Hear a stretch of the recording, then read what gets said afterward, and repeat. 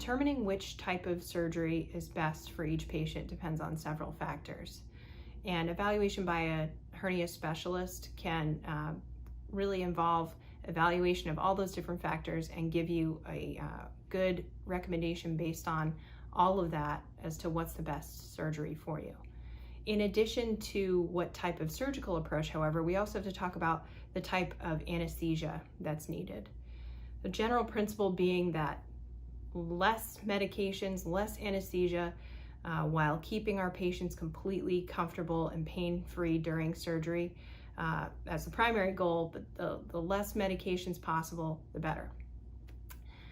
Because of this, when we perform many hernia surgeries, we approach this with anesthesia via the IV and with local numbing medication. This is a similar type of anesthesia as that which is given during colonoscopies, plus the local numbing medication. Most patients get by really well with that type of anesthesia, but there are certain patients who can't have that anesthesia, and those patients oftentimes have a little bit more weight in their abdomen or throughout their torso, and because of this, sometimes breathing becomes more of an issue during the surgery, and patients may need a tube placed partially into their airway to allow better exchange of air and oxygen. And this is kind of one step up from that previously discussed anesthesia.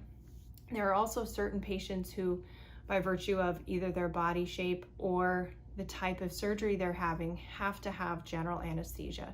Specifically, patients who are undergoing laparoscopic surgery have to have general anesthesia, specifically meaning deep sedation, completely asleep, oftentimes some paralytic medication to allow the abdominal muscles to relax.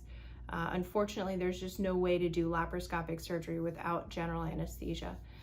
But the moral of the story is, along with tailoring the surgical approach, it's really possible to tailor the anesthesia approach as well.